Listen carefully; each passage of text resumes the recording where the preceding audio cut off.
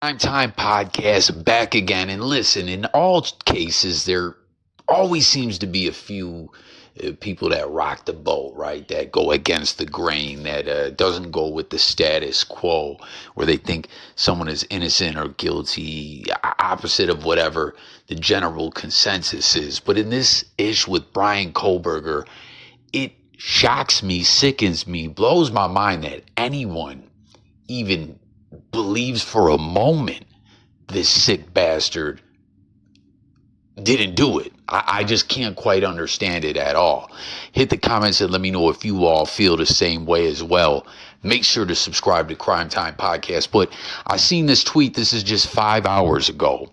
And I feel like this individual, what's her name? Purple Haze 1717.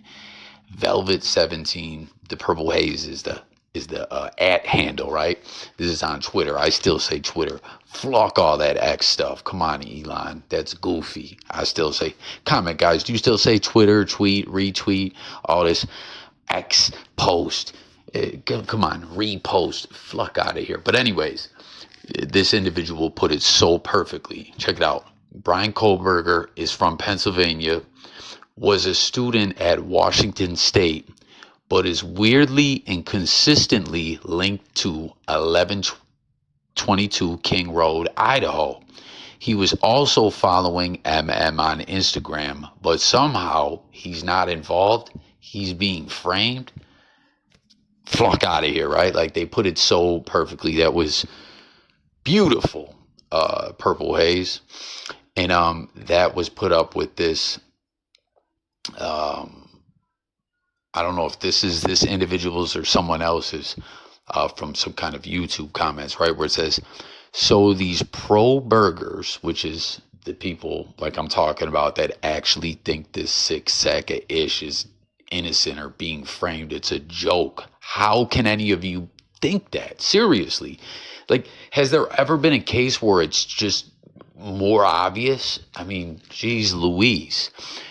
So these ProBergers seriously think someone else took BK's knife with BK's DNA on it, along with BK's baklava, drove BK's car and had BK phone and committed these murders only to give BK his car and phone back. Do they realize how fucking stupid that sounds? Oh, not to mention someone else took BK's phone within 100 meters of the crime scene 23 other times. Oh, and this odd behavior.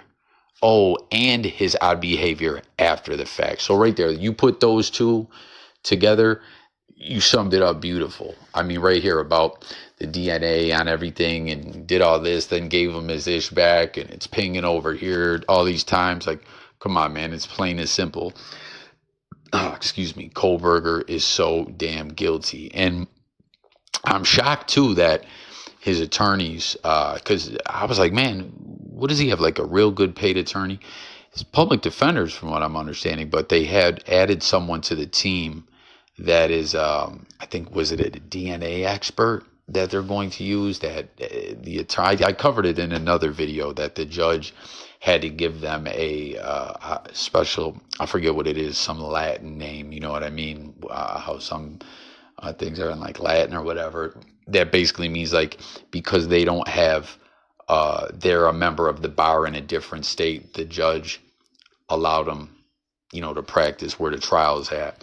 But I ain't worried about it. I don't think there's no way in hell this guy wins. It's just kind of wild the way the wheels of justice have been stalled upon with all the motions and everything like that. And I don't know, at the end of the day, man, Kohberger's going down. He's going down, down, baby. Yo, street in a Range Rover. All right, let's check out some of the responses here. As early as April 2024, even, the state says that is not true. What's this? Lawyers also said on Thursday that Bryan Kohberger did not follow any of the 4 victims on social media or surveil their home. He will need to provide the court with his alibi by Wednesday. Bryan Kohberger did not stalk the 4 University of Idaho students found murdered in their home off campus, according to lawyers for both the prosecution and the defense. Bryan Kohberger murder trial. Suspected killer did not stalk four victims, followed their social media, lawyer says. Oh, so that was the only response? There was only one? Is someone saying that that's not true? This is from like a year ago. But let's see what they're talking about here. Here it says Idaho murder case. Truth about Bryan Kohberger's social media stalking allegations revealed. Idaho murder case prosecutors agreed that Bryan Kohberger, who's accused of killing 4 university students in November 22, didn't stalk one of the victims on social media before their death. Whoa.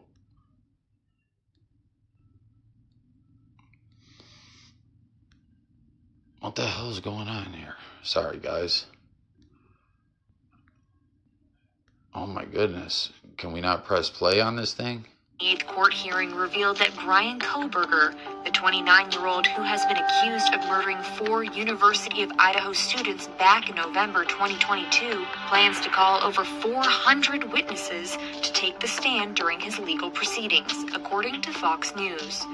In addition to the witnesses, his defense requests a cell tower investigation to help build an alibi, which could So again, inadmissible at his speedy trial.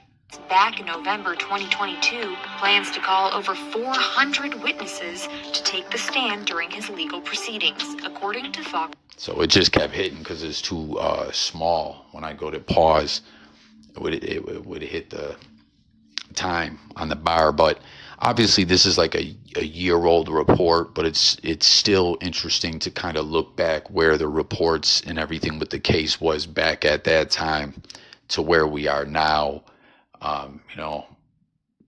Listen, once trial hits, it's a wrap. I don't see him beating it. I just can't believe the way that individual put it, ProBergers. I can't believe that exists, that's a thing. I mean, there's always going to be people that troll, but it shocks me. I hear people really like doubting this or whatever. This sick creep did it. Fox News.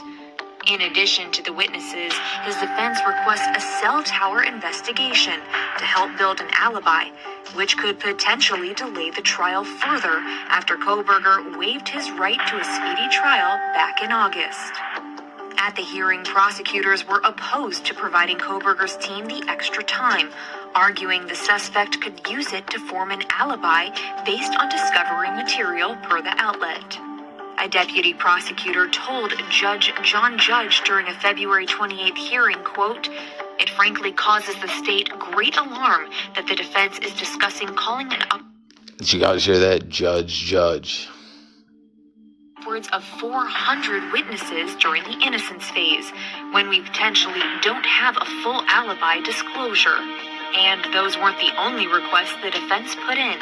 In fact, Kohberger's lawyers also expressed the desire to change the location of the upcoming trial due to concerns over how the level of media attention he's received will affect the jurors.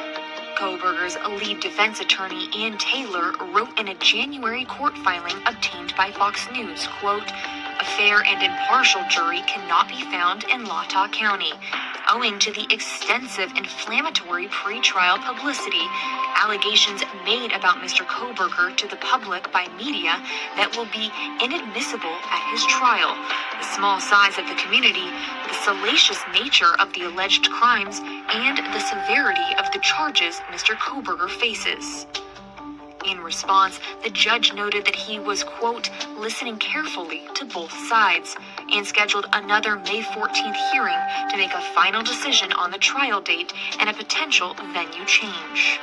He also set an April 17th deadline for the defense to provide more details on an alibi. His lawyers previously said Kohberger was out driving alone the night of the murders, according to court documents obtained by NBC News in August. Kohberger is... You hear that? What an alibi. He was out driving alone the night of the murders. Pluck out. Being tried for fatally stabbing 21-year-olds Kaylee Goncalves, Madison Mogen, and Xana Kernodle, as well as 20-year-old Ethan Chapin at an off-campus home in Moscow, Idaho. In the early hours of November 13th, a little over the month after the killings, the Pennsylvania criminology PhD student was taken into custody before being extradited to Idaho days later. He now faces 4 counts of first-degree murder and 1 count of burglary in regards to the students' deaths. Kohberger could face the death penalty if convicted. In May, the judge entered not guilty pleas on Kohberger's behalf. E-News has reached out to lead defense attorney Ann Taylor and the Latah County Court for comment, but has not yet heard back. Kim Kardashian is a law license. We don't care about no Kim K. But yeah, just saying in here that he's off the hook for 1 allegation. Accused of murdering 4 University of Idaho students back in November 2022, did not stalk one of the victims before their death. Both the prosecution and defense agreed during an April 10th court hearing. So I think this is the same thing that someone else was quoting, but it's just saying 1 victim. In fact, Latah County prosecutor Bill Thompson said the allegation of him stalking one of the college students, Kaylee Goncalves, Madison Mogen, Xana Kernodle, and Ethan Chapin, 20, was simply false. Lawyers on both sides also denied reports that Kohberger followed one of the victims on social media. But while the stalking claims were laid to rest by both sides, prosecutors weren't in agreement with the defense request to move the trial to a new location due to concerns over how media attention surrounding the case could affect potential jurors. The state is coming from a position of being practical and trying to use common sense here. I mean, listen, his attorneys strategically have done good. You know, I could never be an attorney defending sexist shit like that. You know what I mean? There's a lot of people who very well may be innocent or whatever, but like I could never defend someone who's guilty as fuck and a straight up monster personally. But that's gonna do it for this one. I just couldn't believe that there's people that support this sack of garbage and wanted to dive into what that individual was talking about in that one reply. So let's talk. Subscribe to the channel. Stay tuned for updates. Kohberger's going to get convicted, man. That's a fact. He's guilty as anyone I've ever seen.